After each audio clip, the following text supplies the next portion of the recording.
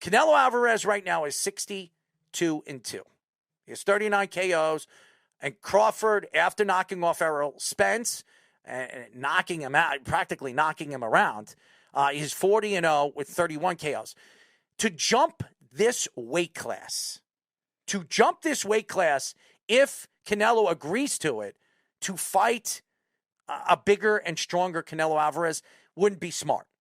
It wouldn't be smart. Now, he did jump a weight class. He jumped 8 pounds to fight Errol Spence and completely dominated Errol Spence. But to jump a weight class about 10 more pounds more or even 12 more pounds more to fight a Canelo Alvarez is suicide.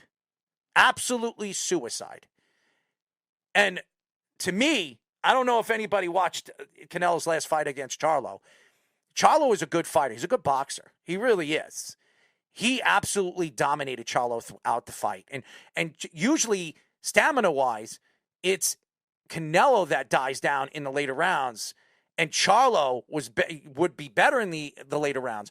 Charlo got tired really, really early in the fight. Canelo wore him down. He went after him. And then in the 7th round, he got knocked down. And Canelo just completely dominated the fight. Everybody thought that Charlo was going to give this a fight and make Canelo earn the win and earn his opportunity to knock him out, or knock him down. It really was no contest in this fight. I thought Charlo just absolutely laid a lousy goose egg in the fight.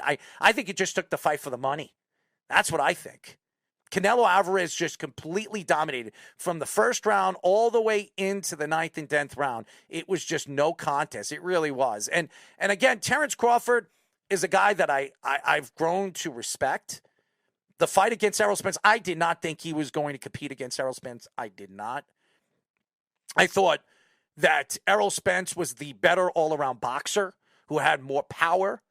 But obviously that eye situation with Errol Spence and the way Terence Crawford throws punches in so many different angles, it threw him off. And Errol Spence just could not hit him. And if Terence Crawford does that against Canelo Alvarez, it could be a long night for Canelo. But I don't know if Terence Crawford could hit enough and hit hard enough to knock down or even hurt Canelo Alvarez. Canelo has fought guys that have moved up in weight class. Now, obviously, Canelo has been nitpicking his fights. He hasn't been fighting the top dogs in his class. Benavidez has been wanting to fight him for years, okay? And he will not fight Benavidez. He will not fight Benavidez because Benavidez will probably knock him out.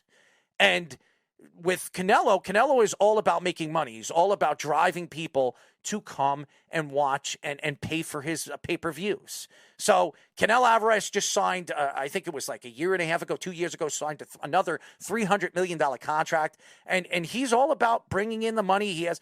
I think Canelo has probably 5 more fights. 5 more fights as a professional boxer, and I think he's going to step away. Why does he need to fight anymore? He's made more money as a professional boxer than even Floyd Mayweather has. And Floyd's still making millions of dollars fighting these exhibition fights.